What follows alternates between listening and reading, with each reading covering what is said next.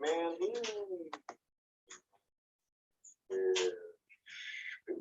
Okay. All right.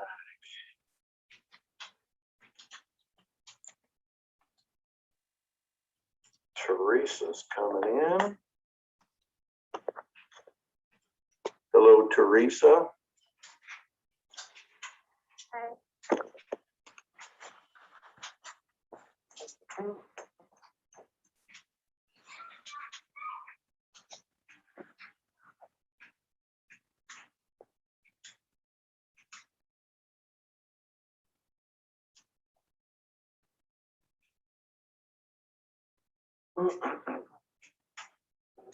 I'll give them a couple more minutes and then we'll just get started.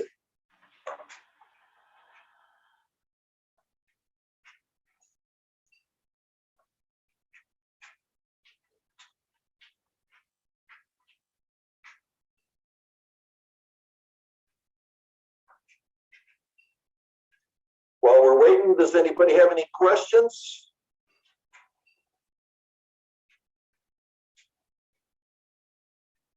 I do. Okay. I don't have a partner for the part 3. Oh yeah, I'm going to give those out today. I've actually, I only got 2 people who said they named each other, and I randomly selected everybody else. So you'll get one in just a few minutes. Okay.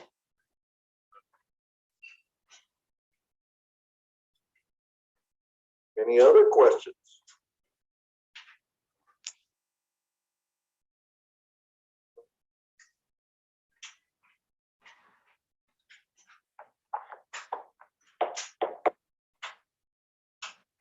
Well, we're going to go ahead and get started then. Let me share a PowerPoint. We'll get going here.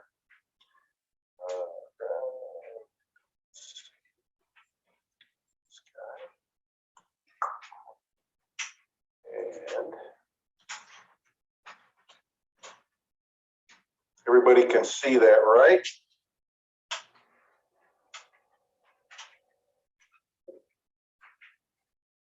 So, can you see it? Yeah. Okay, there we go. Yes. All right. So let's go ahead and get started. So I got a bunch of red slides here. So those are the things to really pay attention to because they're so aggravating, they're hard to ignore. So first, beginning next week, we're going to meet every Monday and Wednesday. There will be 2 Wednesdays that we meet. In week 16, that's the end of the semester. So Monday is the last class. So we will meet Monday and Wednesday for weeks 14 and 15. That's beginning next week. And then we've got Monday on week 16. Portfolio part 3. As I was telling Aisha, I went in and made some partner groupings, but basically all the materials are going to be due on at 12:55 on 4/26. So there will be a place for you to put it out there in D2L. And between the partners, all you need to do is decide which one of you is actually going to post it out on D2L in the Portfolio Part 3 folder. You, as we've already talked about a couple times, you're going to be creating 1 instead of 5, 1 very complete detailed lesson. That lesson should have Google Slides or a PowerPoint outline of showing all of the new required instructional content that you're going to show. So the new information that you're teaching should be in there. Any pictures of, well, let's say any charts, any games, any things that are going to be manipulables or other realia would need to be included in there. And basically the way to do that is probably just take a picture of it and attach it on a PowerPoint slide or in a Word document so that I can see that you've actually developed those. Same thing for the exercises and so forth. All of that stuff should be included. Now, the lesson topic, we've already kind of talked about a little bit. We could talk about it some more before we're done today, perhaps. but I'm looking for you to now move from parts of speech. We're moving over to sentence forms. Let's see, chat. Ask you to work with him. Oh, that'll change things, but you were supposed to let me know before today. So I can do that though, I guess. Did he? This is from Kay. I'll get back to you, Kay. So let's see, Google Slides, PowerPoints, the lesson topic, complicated or sentence structure, basically. We're moving out of the individual words and into full sentences. Some things you might think about. How to make compound sentences, which you're going to be looking at a video between now and Wednesday on that one, as I recall, along with some exercises, or how to make complex sentences. How you might want to go about teaching how to form questions. And particularly as you begin to look at something like complex sentences, that may be the use of dependent or independent clauses. So just to give you some ideas, I've seen a lot of people do things like take two simple sentences and make it into a compound sentence or into a complex sentence.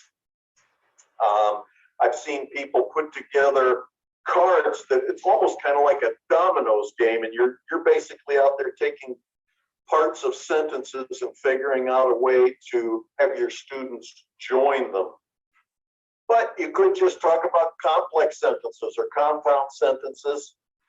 And feasibly, you could probably even talk about the difference between independent and dependent clauses.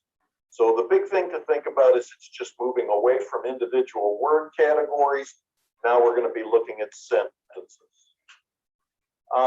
You've got to include one or more activities beyond a worksheet. So if you've been turning in just worksheets as the stuff that they're going to work on, that's not going to be enough in this case. A lot of people will figure out some kind of game to play around a grammar idea or some other kind of movement. I've seen lots of people do relay races and all kinds of different things wrapped around some kind of a grammar topic. And let's see, you're going to have 15 minutes to present an overview of your lesson, basically an overview of the content, also to demonstrate your activity.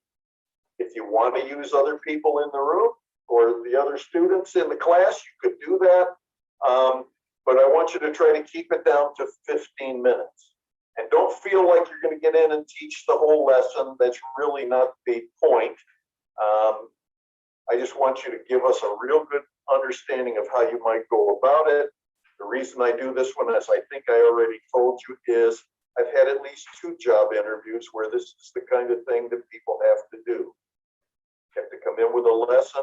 They are not given time to teach the whole thing, but they do have to demonstrate that they know what they're doing. So this will give you practice in that direction. Okay? Any questions here?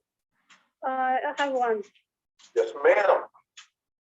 So for the, you say 15 minutes to present, so which means each student will have 7.5 minutes to present. Oh, roughly, because you want to split it up so you're both talking about different parts, and I will expect to see both students talk about at least part of it. Whether you split it immediately down the middle or not doesn't really matter to me. You don't have to have exactly the same amount of time, but each person has to present some portion of it. All right, thank you. Okay?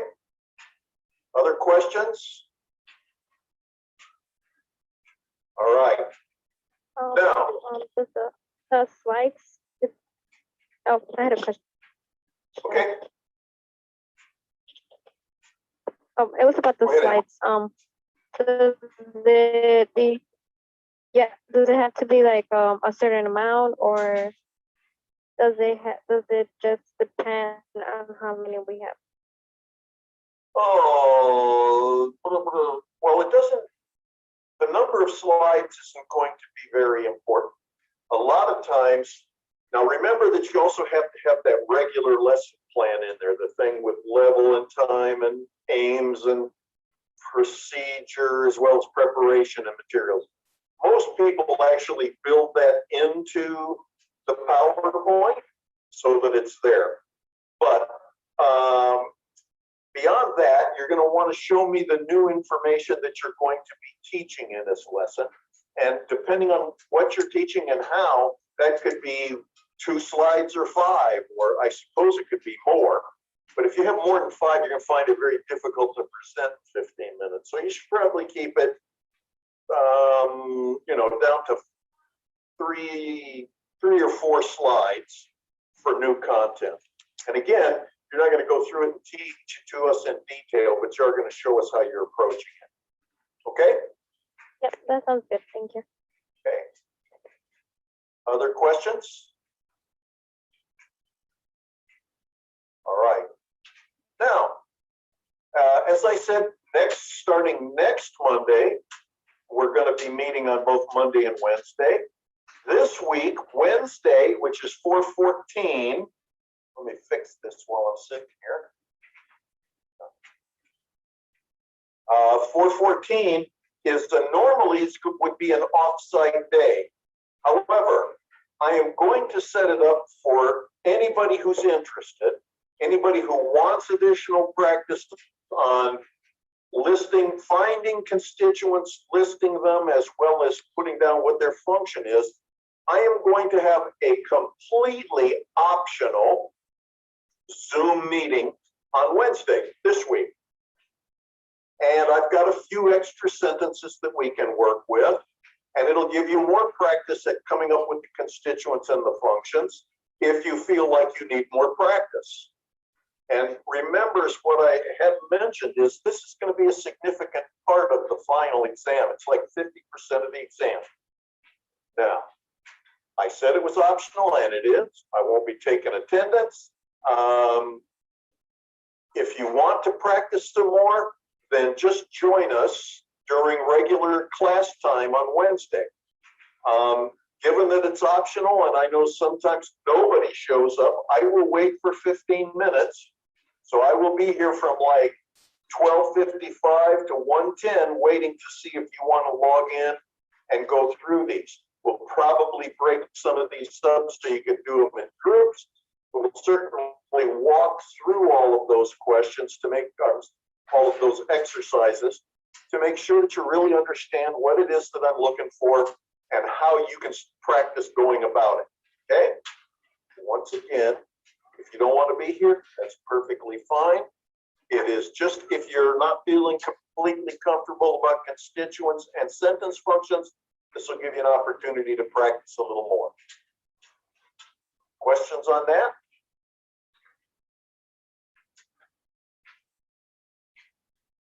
Okay. And then the final exam. And the final exam is going to become available on April 28th. I don't remember what day that is. I think that's a Wednesday at 1 in the morning. It's in week 15's folder, and it just says final exam. You open it up. What I would like to make sure you do is open it up, print a copy, and bring it to class on the 28th so that we can discuss it, make sure that you're clear on what it is that I'm looking for, just like we did for the midterm. Okay, so it becomes available on 4/28. It's going to be due at by 11:59 p.m. That's midnight on Tuesday. So you've got 1 hour, you got 167 hours to work on it. Okay, so you've got a week. It needs to be turned in before 11:59 p.m. on that Tuesday, which would have been, normally your final exam would have been earlier in the day on Tuesday, but this way you can actually get it out of your way before any of your other finals start, perhaps. You'll remember that you can't collaborate or talk over the questions or the answers with anybody other than me. And much like I mentioned in the after the midterm, if you don't know what I'm looking for, you gotta give me a call, right? I mean, I had a few people call me, they all got A's. It wasn't because I graded them differently, it was just, I don't have a problem looking at what your stuff is and saying that's wrong and have to send you back to fix it, as opposed to just turning it in wrong and losing points. So what you should do if you've got questions is contact me. I'm around all week, okay? And don't forget that. I'm here to be helpful, not to give you poor grades or make your life difficult with a final exam. Okay, not my point at all. I'd much rather help you get through it and learn from it than to see you do poorly. Okay? Everybody nod their head that they understand. Everybody nod. Everybody. Okay, so I want you to do that. Don't forget. All right? So there will be a number of questions on there that relate to, here's a sentence, break it into its constituents, tell me what the function of every one of the constituents is. You've had 3 exercises like that already, and so you should be very tuned into that one. But if you're not, remember on Wednesday we'll do the optional class to review things if you choose. Any questions on this one?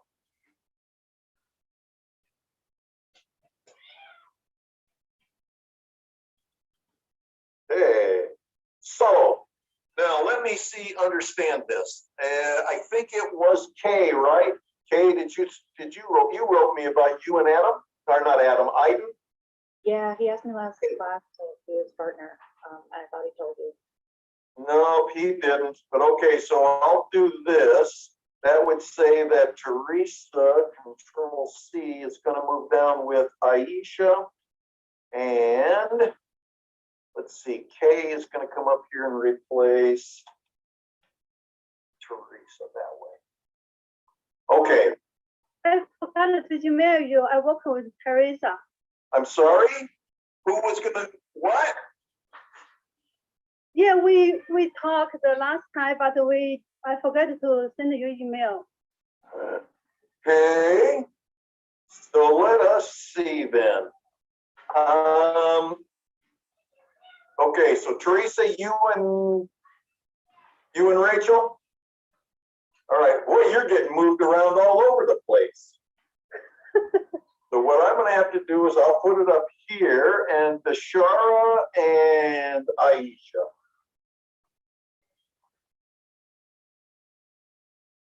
Normally what I had done was I took Kayla and Michaela because they were the ones who told me ahead of time.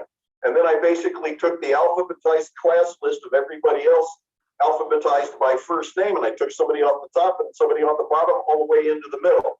That was how I randomly did it. Emma and Mandy, Aisha and Deshara, I guess I kind of assigned you as pairs. Oh, wait a second, Deshara comes off of here. Okay. Anybody gonna shoot me or anything now? Nobody brought a gun to class? That's good. Okay, then this is what we're gonna do. We will use it this way. Aisha. Yeah. Aisha. Okay, so you were asking, so here was my answer for you. Is that good? Okay, and Emma and Mandy, you two will be working together. I think that's the only one that didn't change. Sweet. All right. So this is portfolio part 3. Now, here's how we're going to do this. Remember that I'm trying to do this so that you don't have to spend a lot of time outside of class trying to do group work. Because when I was a student, there was very little I hated worse than group work on my own time. So this will be on next Monday and Wednesday. Those 2 days will be dedicated to your team working together, you and your partner working together to decide what you're going to teach and how you're going to put that lesson together, how you split up the work, etc. Okay? I expect you to be here on both of those days. Because last semester I had somebody who didn't show up and wasn't doing any work. And so I expect you to be here on both days. I've given you warnings that we were going to be meeting on those 2 days. What I'm going to do is we'll meet together as a group. I'm going to break you up into breakout rooms into your 2 separate rooms, or into your 4 separate rooms, 5, and let you work on the stuff. I'll drop in and out a couple of times, but generally speaking, you will be working together with your partner, essentially the whole class period for those 2 days. Given that I had problems with some people last time, I'm going to be checking with each partner to verify the other person is contributing equally. Because last time there was one that didn't. And so that would show up in your grade. All I need you to do is work together and contribute as you're going along. Now that's 419 and 421. You'll still have a couple of days after 421 to finalize it, but you're going to need to be ready to present it on 428 or 5.3. It also means, I didn't write down here, that you have to turn it in on 428 before class. Be ready to present it on 428. The way I usually do this is I will ask for volunteers. Who wants to go first? Who wants to go next? Da, da, da, da. When I run out of volunteers, then I start randomly selecting people or pairs or partners to present. We'll do probably 3 on 428, and we will do the remaining 2 on May the 3rd. And that'll get us through this whole thing. I've got a few more instructions that I will give you next week when you actually get ready to roll, which might not make any sense today if I started now. So that's portfolio part 3. A lot less work generally, but it does give you the opportunity to work with somebody else and actually create the classroom materials that you will be using. And then giving me evidence that's been done. Okay? I'm stopping. Any questions?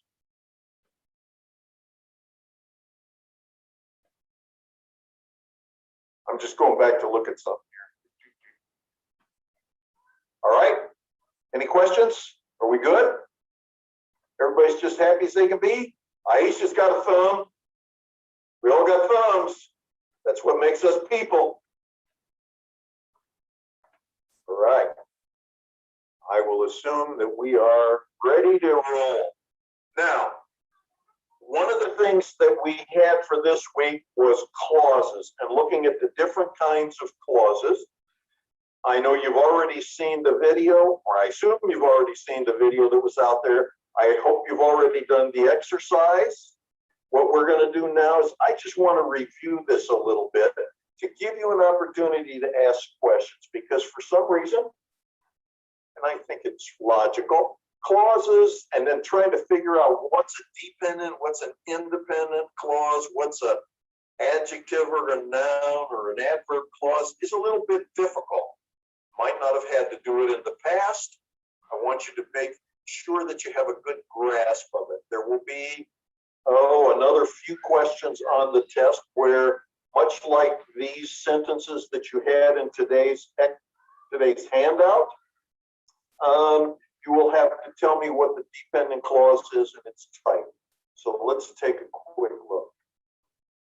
Here we go. So maybe the easiest place to start is independent clauses.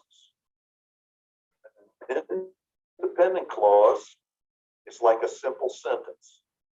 It states a complete idea. It's going to have a subject, and it's going to have a verb, and all of the other parts that are necessary. It's a complete thought. Sometimes an independent clause is called a main clause.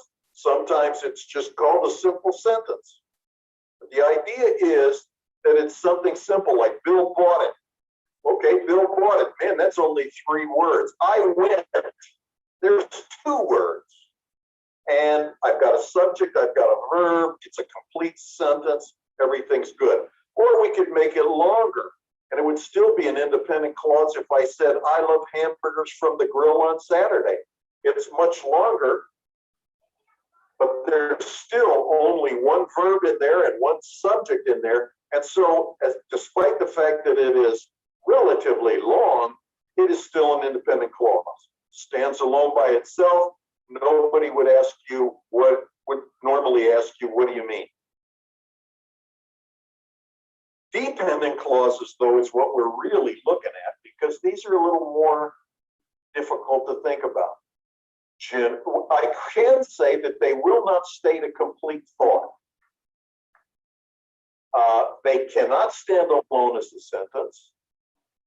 And the only way that they can show up in a sentence is if they are attached to at least one independent clause. You can't take two dependent clauses and put them together and call that a sentence. It doesn't work. You can have two independent clauses that way.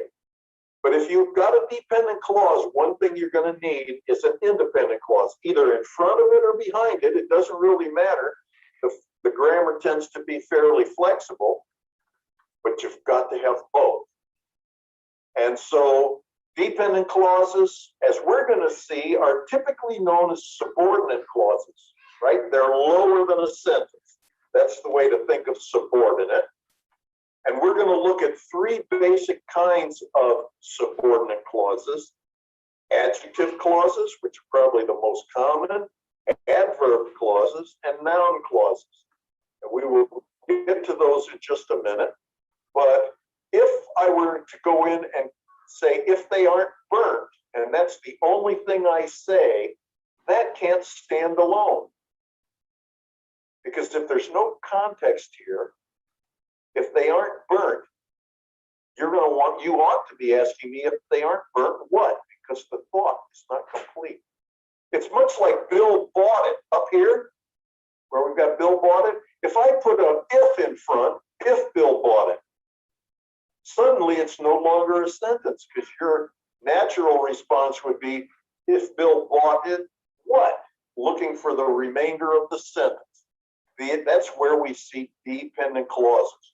When he was in Singapore, well, he was in Singapore would be a perfectly good sentence. But if I say when he was in Singapore, you've got to ask when he was in Singapore, what? Complete the thought. So these things down here are dependent clauses. So inside this dependent category, we have three different types that we should talk about. One of those is adverb clauses. And adverb clauses are going to be clauses that answer the typical adverb kind of questions, like how, why, when, or where. They act just like an adverb. They act a lot like a single adverb, because they're going to go out, they're going to either modify an adjective or modify a verb, or actually, they can actually modify a whole sentence, but we're not going to go into that very much. They will start with a subordinated conjunction. Things like because, if, after, while, when, and so forth. And they typically modify the verb, but they do on occasion modify the whole sentence. But these are adverb clauses. The next kind that's the most common, or the one that we usually probably talk about the most, and you probably use the most, are adjective clauses. What are normally in most places, they're talked about as relative clauses. But your book calls them adjective clauses. They are dependent, and they modify the nouns and pronouns that go before the clause. The book that I just read. Well, that I just read describes or defines which book. And so it is a relative clause. It's describing or defining book, or the book, the noun phrase that comes before it. So you're looking for something that is acting like an adjective that is describing a noun or noun phrase or a pronoun that happens to fall before the word who, whom, who's, that, and which. But notice, there are some of these that are going to be in this. We may end up using some of these in both cases, like when and where. That was the time when I was happy to be young or something. Anyway, when, where, also sometimes will be in front of adverb clauses. What you have to do is look to see what is this clause doing. If it is defining or describing the noun phrase in front of it, then you can figure that it is an adjective clause or a relative clause, depending on which word you want to use. If, on the other hand, it is describing or defining the verb, then it's an adverb clause. And the final one that I think we probably use the least and may very well be the most common are something called noun or complementizer. Oops. I'm going to fix this slide while I'm here.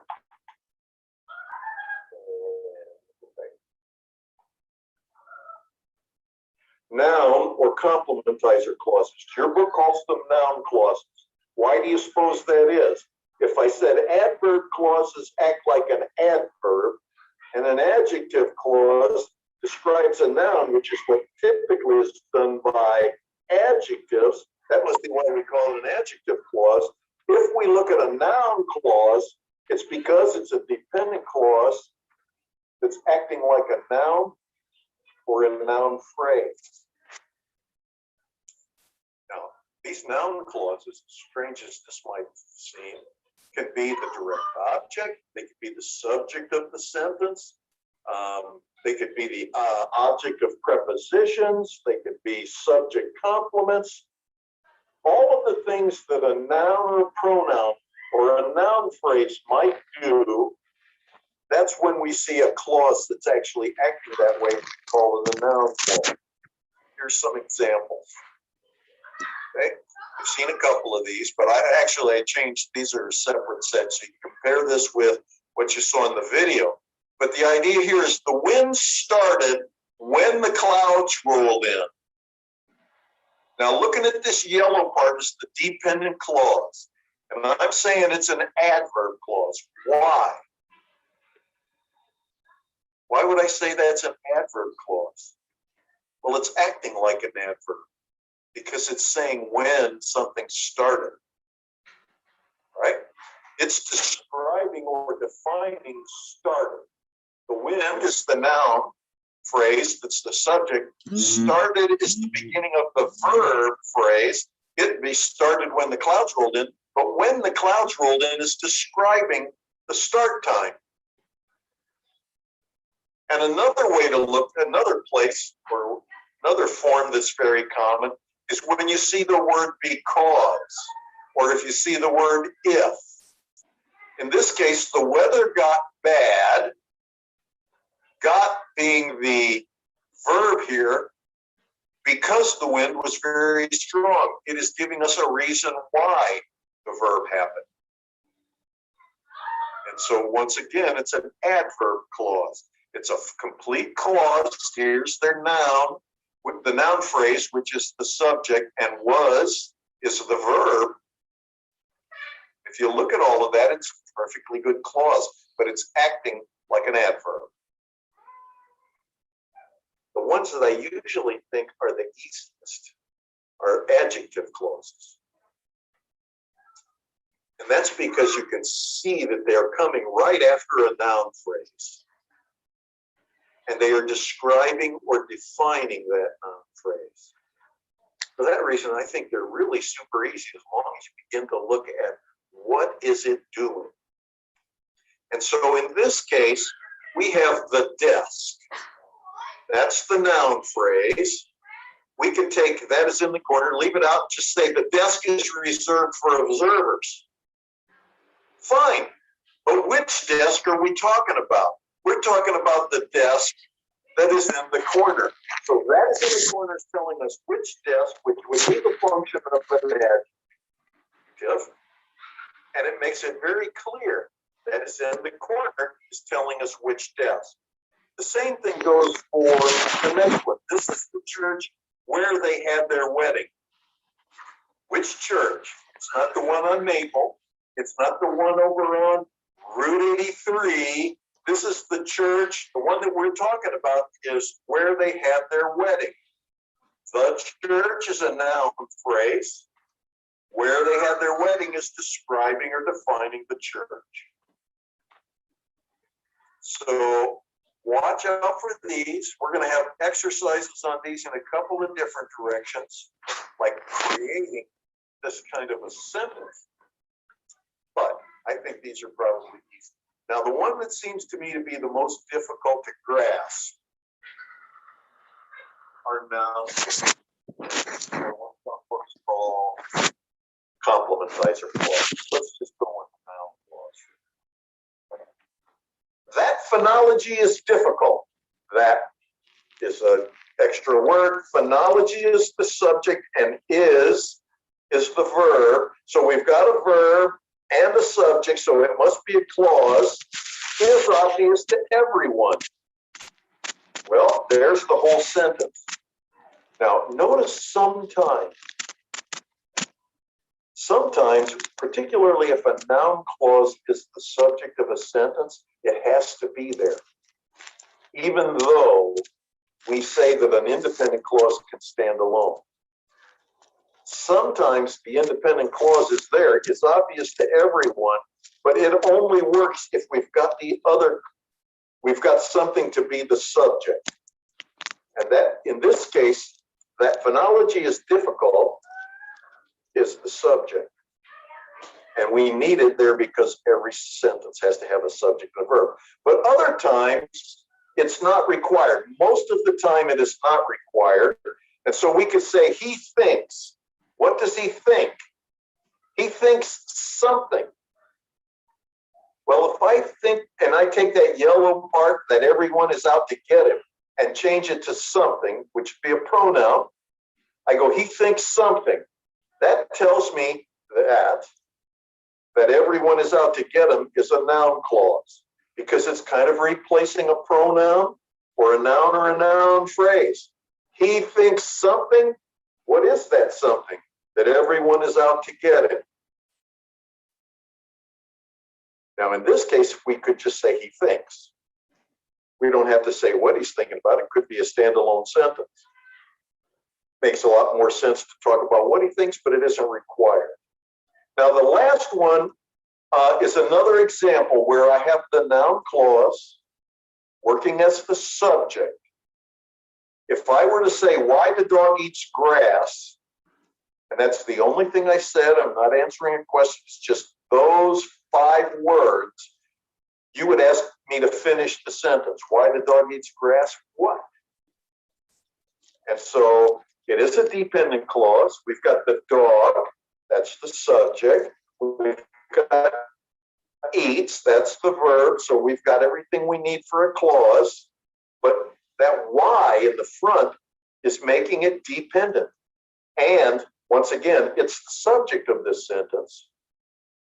And so in this case, it's actually, the dependent clause is actually required to make the full sentence unless we change this whole thing over that he is anyone's guess or that is anyone's guess. The idea is you've got to kind of look for these and find them. Okay? Now, I'm going to jump out of this, stop sharing it. I'm taking out the identify. You won't have the yellow marks on it, but it is the one that says identify the independent and dependent clauses and tell us what kind of a clause it is. So this was the homework. I don't remember. Was this for today or was it for yesterday? I think I threw that piece of paper out. I mean, Wednesday. Anyway, should be able to find this.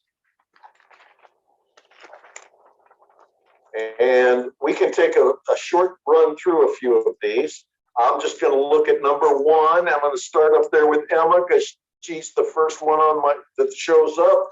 And Emma, In the sentence, pizza, which most people love, is not very healthy. What's the dependent clause? Well, I put that it was an adjective. Yes. Yeah. And what is it? What part of this is the dependent clause? Which most people love. Exactly. So what is it doing? It's defining or describing pizza. Pizza is a noun. What describes a noun? An adjective. This is an adjective clause. How about this one? Mandy. Carly's problem was that she didn't do the wash. Carly's problem was that she didn't do the wash. What kind of a clause? And what's the dependent clause, and what kind of clause is it? I said it's a noun clause. Yes, you're absolutely right. It's a noun clause. Where does it start? It starts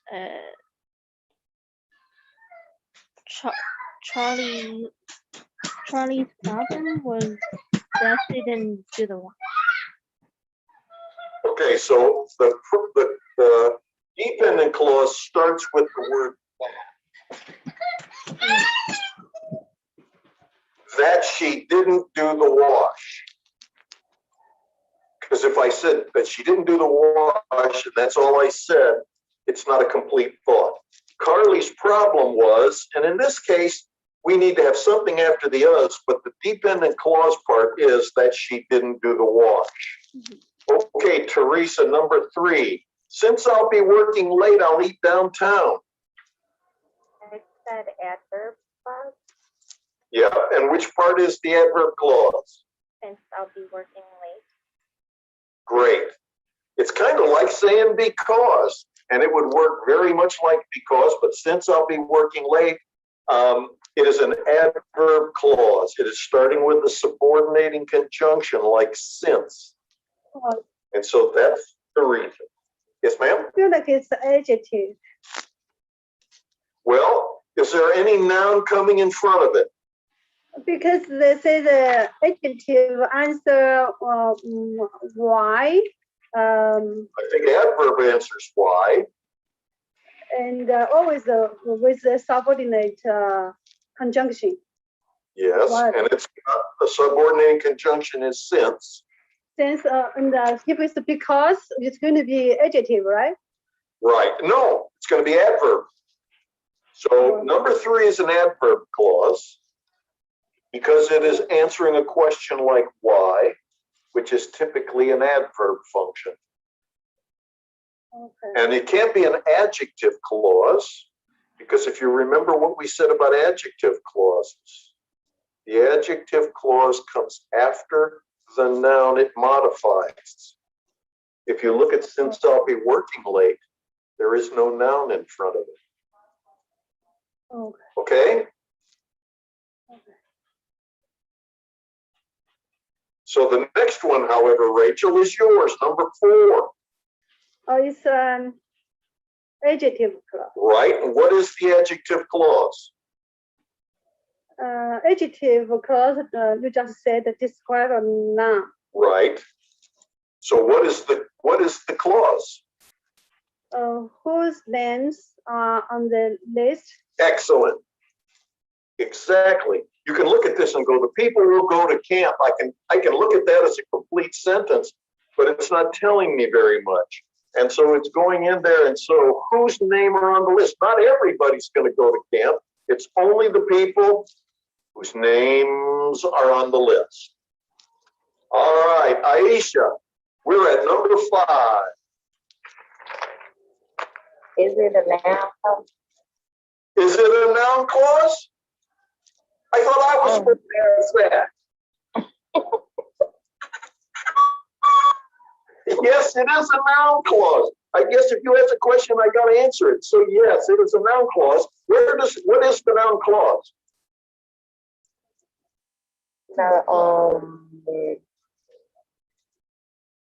I need help with that. Well, tell me what you think it is, because you guessed it pretty good. Is it Alex decided to do? What Alex decided to do? What Alex decided to do. Notice where it is. It's right after a preposition, right? For. What do we usually find after a preposition? We usually find a noun phrase, right? The object of the preposition is a noun phrase.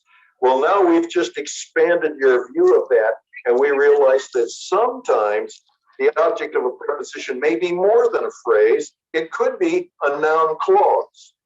And as you pointed out, it is what Alex decided to do. Exactly. All right, very good. K-Dukes, students who are intelligent get good grades. I have who are intelligent. and Yes, Adjective clause. and it is an adjective clause because Because it's after the subject. well, actually, that's true. Probably not the most precise answer, but it is correct. And it is describing the noun phrase students, identifying which students. All right, now we're to the Shara. And it's number 7. Before we go on vacation, we must make reservations. I said it was an adverb, and I said I circled before we go on vacation. Me too. Only I used highlighter instead of a circle, but it works the same. So you're exactly right. What is it doing? This is one of those places where the adverb phrase is kind of modifying the whole sentence. Kind of strange. It's not really modifying make, although it does tell us when we have to make, but it's almost like it's describing the whole sentence. But you're absolutely right. Before we go on vacation, it's an adverb clause. Michaela, we're over to you. And Michaela, we are on number 8. And the question there is, or the exercise is, eco-friendly cars that run on electricity save gas. What's the dependent clause? I underlined that run on electricity. Perfect. I had a hard time figuring out if it's an adjective or a noun clause. Well- I'm thinking an adjective. Yes, okay. I know it's for sure an adjective, but the question is that run on electricity, is that replacing a noun phrase, or is it describing the noun phrase in front of it? It's kind of describing eco-friendly cars, or identifying which cars we're talking about, right? It's not gas guzzling Hummers like the guy across the street from me. It's eco-friendly cars that run on electricity. Now, it's not all eco-friendly cars, just the ones that run on electricity save gas. Okay, so you got it right. Very good. I'm going up to Emma. Emma, as we bought the tickets, the overture was beginning.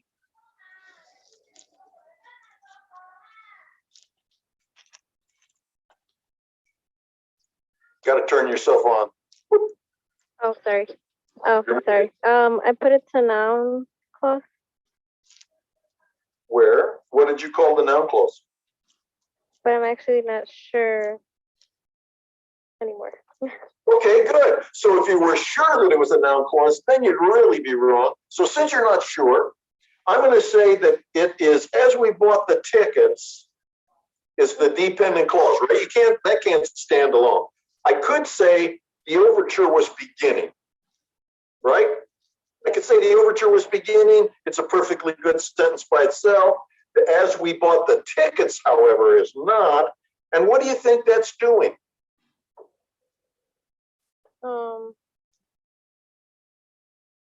Is it replacing a noun phrase? No. No. Is there a noun phrase in front of it to describe? No.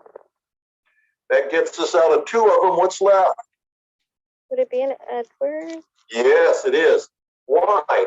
It's basically telling us when the overture was beginning. Okay, even though it's kind of far away from the verb, it's basically telling us when this was happening. Let's see, Mandy, we're back to you. Number 10, she didn't know that the directions were wrong. Noun. Noun. Go ahead. Noun clause. Yes. Now, And is that the directions were wrong? exactly. How do you test that in your mind if you can't really figure it out? The way I do it all the time is that she didn't know something. I need to have some kind of a noun thing behind it. In this case, something would be a pronoun, or she didn't know it. That would be a pronoun. What kind of a clause would replace a pronoun? It would probably be a noun phrase. And just like Mandy said, she didn't know something. What was that something? That the directions were wrong. Perfect answer. We're now over to Rachel. Sure. 11, right? Yes, ma'am. It's adjective clause. Right. That is growing organically describe a fruit. Perfect. All right, we've got a long run of proper answers. Oh man, Aisha, it's now to you. Look at all of these. Okay, here we go. Keep the string going. If not, fake it. So we think it's still going. You ready, Aisha?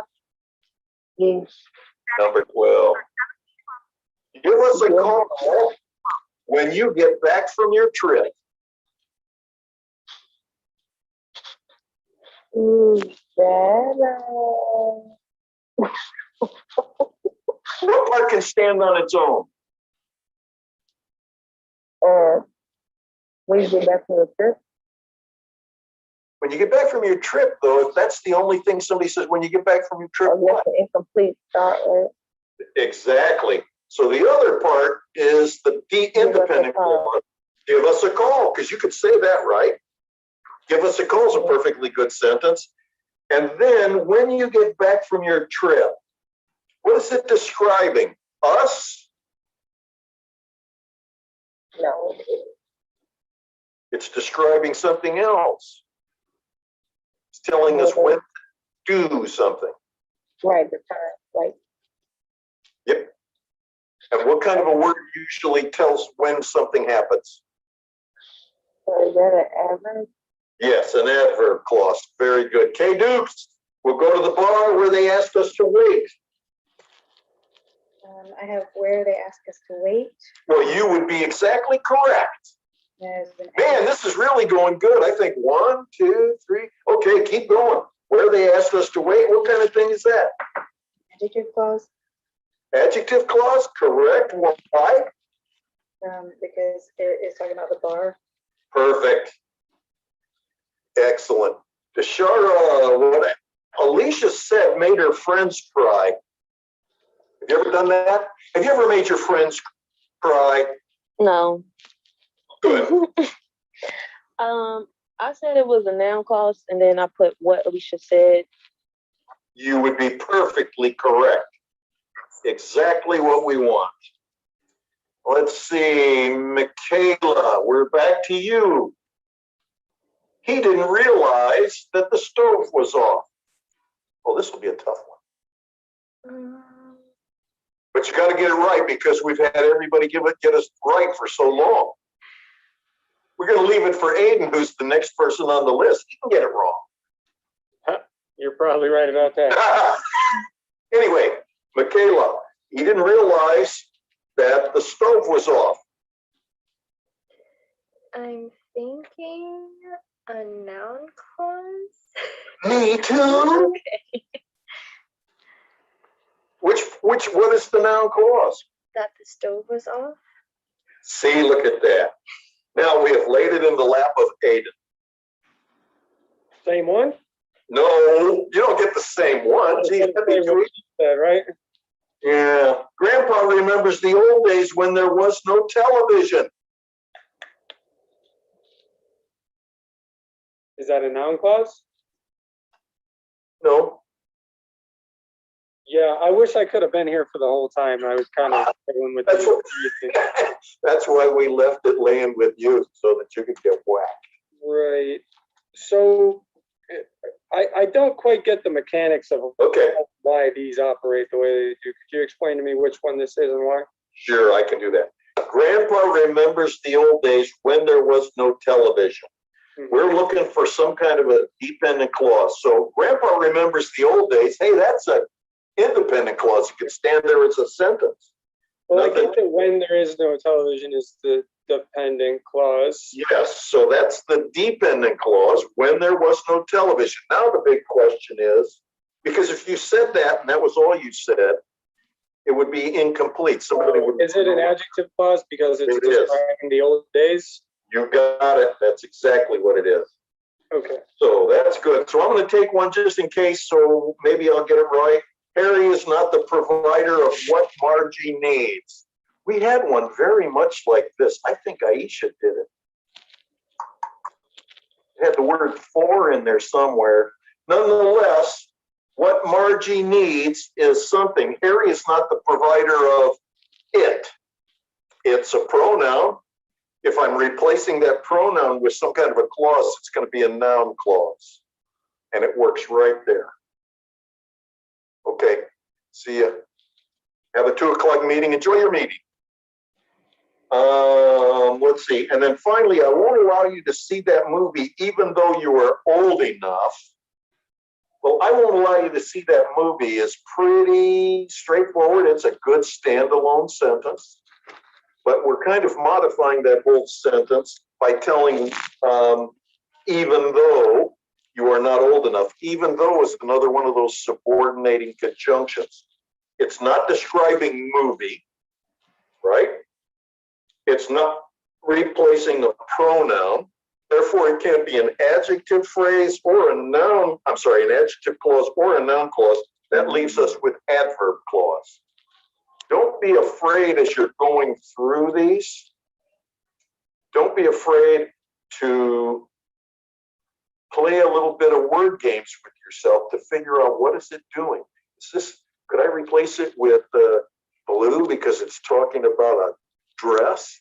As in dress that is blue. Oh wow, that's describing the dress. Don't be afraid. Use the process of elimination if you need to. If it's not replacing a noun or a noun phrase or pronoun, it's probably not a noun clause.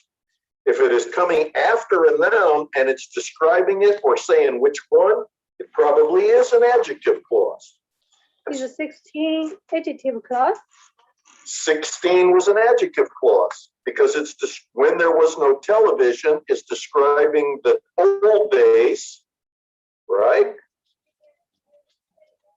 It's defining which old days I'm talking about. Old days. Okay. Old days. Old days. Exactly. All right, let us move on a little bit. I had some other stuff, things with relative clauses. If you could take out the structure of modern English, relative clauses worksheet. I want to talk about how we take those, add them together to make a single sentence. We're going to use relative clauses. You do it all the time. I mean, as we're talking, you go, he's the guy. You don't stop, put a period, and then say, he's the guy I like. We're supposed to have No, one you wouldn't do that. You would combine the two of those because it just gets through faster and it isn't quite as boring. That is the dog. That dog bit me. Well, why would I say 2 sentences when I would normally just say, that is the dog, that bit me? And so that's what we're kind of looking for as we go through these relative clauses. I've given you 2 sentences, and I want you to figure out how you either embed one inside the other or you attach it so that we get one sentence that says the whole thing. I'm guessing probably Michaela and Tashara, and then there was Aiden, and he's gone. So Emma, always first.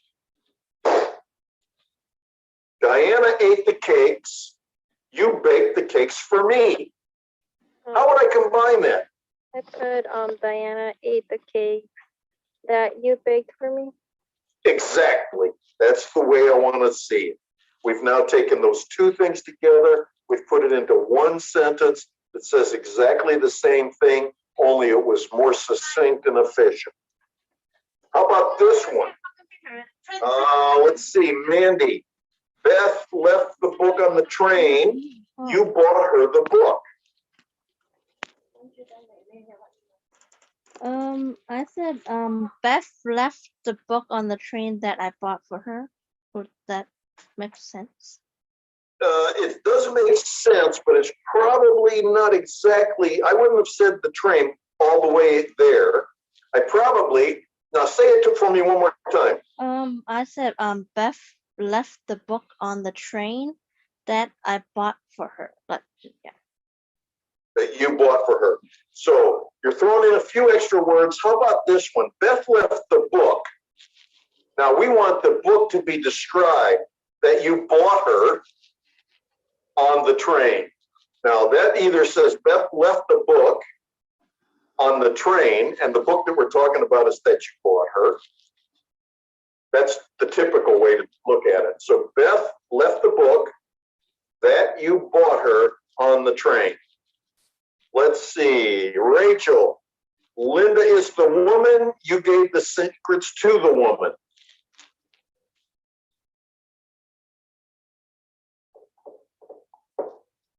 You're muted.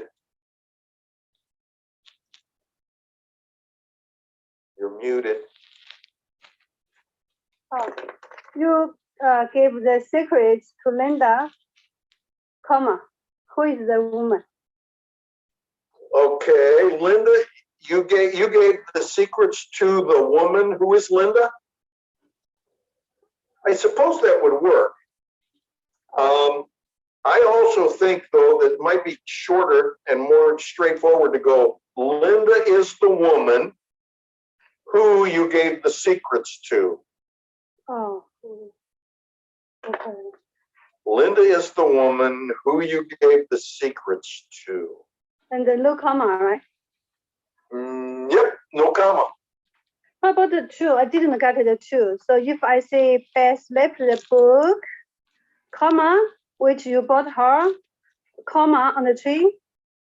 If you did that, it would mean something slightly different. In this particular case, and I wasn't going to go too much into restrictive and non-restrictive relative clauses, but there is a slight difference sometimes. So I would say, and you usually mark that difference with a set of commas. So in that case, Beth left the book, comma, that you bought her, comma, on the train. How did we do that?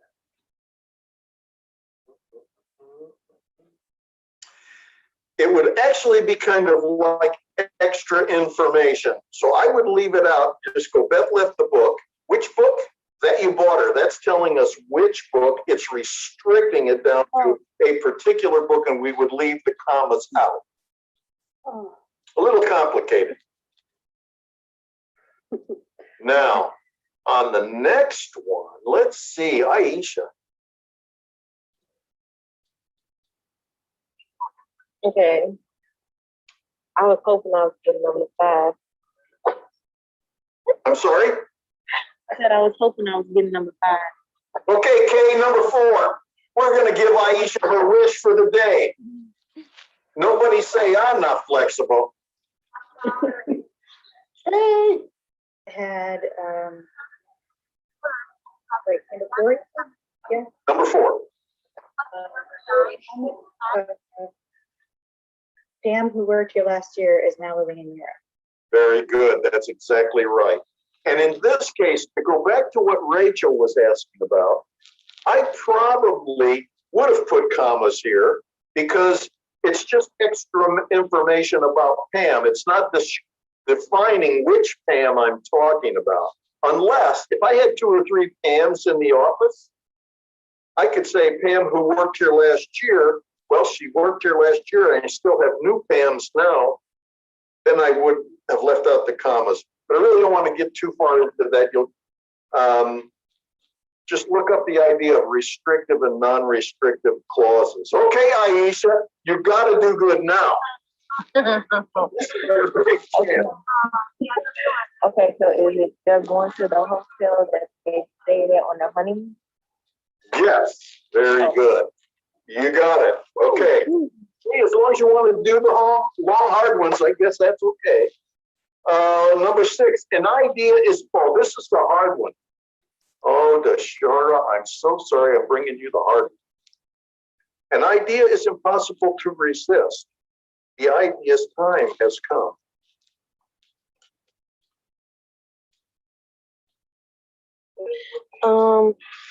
The idea is impossible to resist. Wait, the idea's time has come. The idea's time has come. It's impossible to resist. You're pretty good. That is correct, with one little exception, and that is when we're using possessives, we probably wouldn't have used an idea that's time has come. Interestingly, even though who usually only refers to people, when we use it as a possessive word, we would use whose. So in fact, you did a great job on that one by plugging it in the middle. An idea whose time has come is impossible to resist. But if you had put that on your test that way with that, I would have lived with it because that's just great. Okay. Very good. Now, I'm sorry? Is that last sentence a quote from something? Is the last what? Is the last sentence a quote from something? It's really. Yes, you've heard it before, haven't you? I don't know where it came from, and I guess I plagiarized it, so now you can fire me. Plagiarize this exercise. Goes on my review. Okay, but yes, it is a famous statement. I can't remember, I don't know who said it though. All right.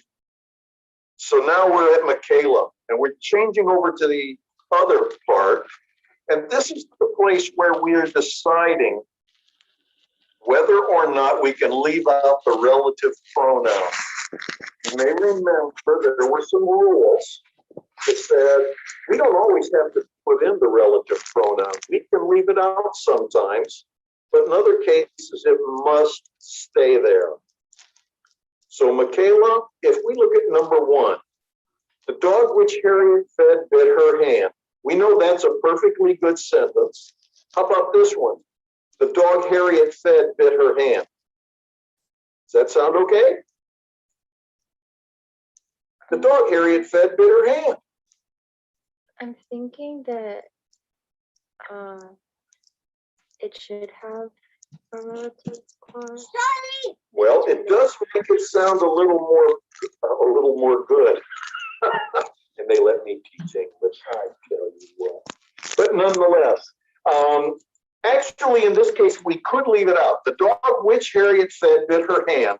Officially, we could leave it out because which is not the subject of the relative clause. The subject of the relative clause is Harriet. Okay. Now, you'll find there will be another place where I'm going to try to remember to call it out to you where we really must leave it. But if it's not the subject, the relative pronoun isn't the subject, we can typically leave it out. So number 2 is going over to Emma, and the woman that you gave the steak to is a vegan. Or can I also say the woman you gave the steak to is a vegan? Yo, how am I get this? Yeah. Yeah, you can, right? And it's basically the same reason. You gave, that means the relative pronoun, that is not the subject. The subject is you, is the giving.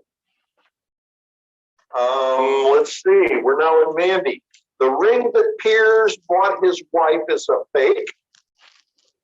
And the ring that Piers bought his wife is a fake. And the ring Piers bought his wife is a fake. Are both of those okay, or the second one no good? It seems like both of them are good, but like I chose the first one. Well, the first one is definitely good. The question is the second one good? It sounds also, you can say that also too. It sounds perfectly good, doesn't it? Who is the subject in that clause? Who did the buying? Pierce. So if Pierce is the subject, we don't have to have that. You're absolutely correct. Rachel, the boy whom Mervyn declared the winner had cheated. The boy Mervyn declared the winner had cheated. Both okay, or only the first Um, I think the first one. one? Okay, but I'm going to say also the second one is. We didn't need to say whom, right?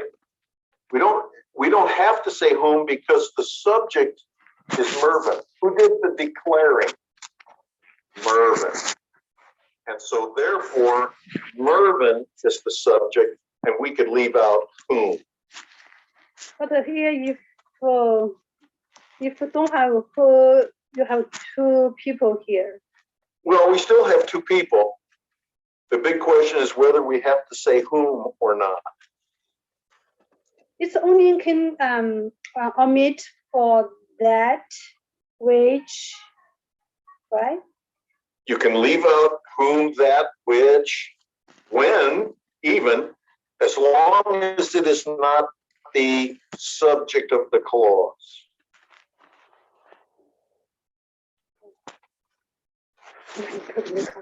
Okay, look at the subordinate clause. What is the subordinate clause? Whom Mervyn declared the winner. Yes. What's the verb? The verb in the subordinate clause is declared. Correct. Who did the declaring? Marvin. Right. So Mervyn is the subject of this clause. Therefore, we don't have to keep the relative pronoun. Okay. Let me jump down to another one. Watch this one. Let's see. I'm just going to cover this one. Number 6. We're down to number 6. The girl who discovered the body is called Arbutus. The girl who discovered the body is called Arbutus. That one's okay. How about the second one? The girl discovered the body is called Arbutus. Well, in that case, it's not okay. We have to have the who. And why is that? What's the subject of that clause? What's the verb of that clause? Discovered. And the only person who could have discovered it is in the clause is who. So who discovered the body is subject, verb, direct object. If I take who out, then all I've got is the verb and the direct object.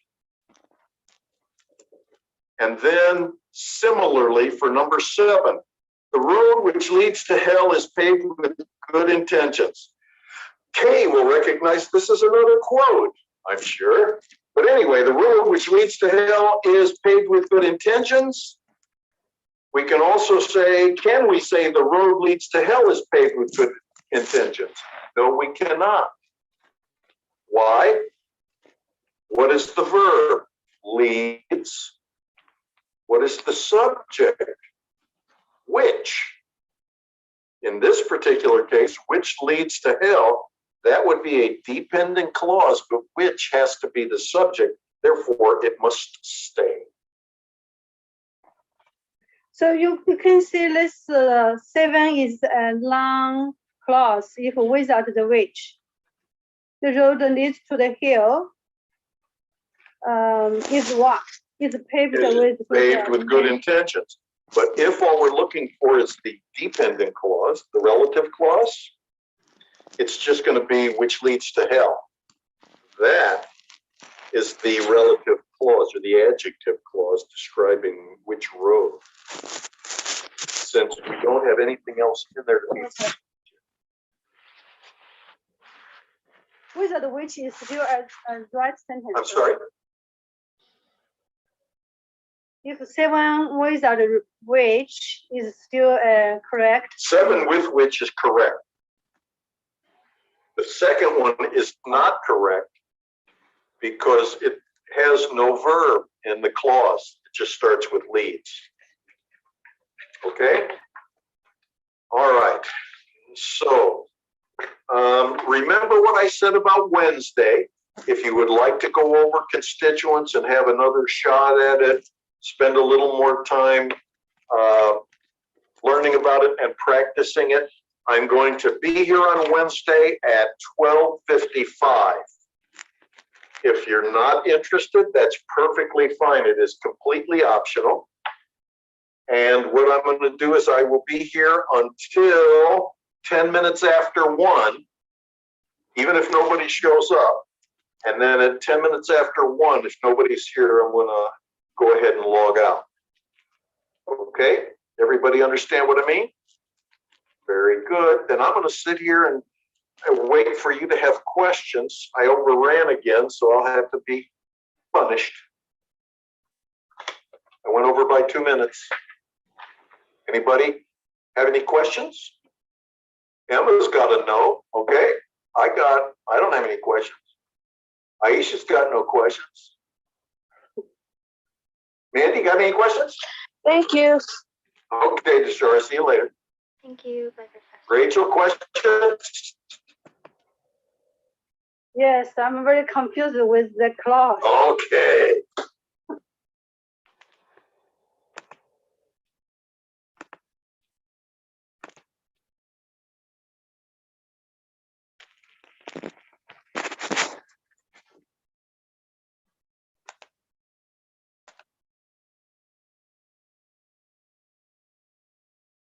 Can you come and get the Chromebook?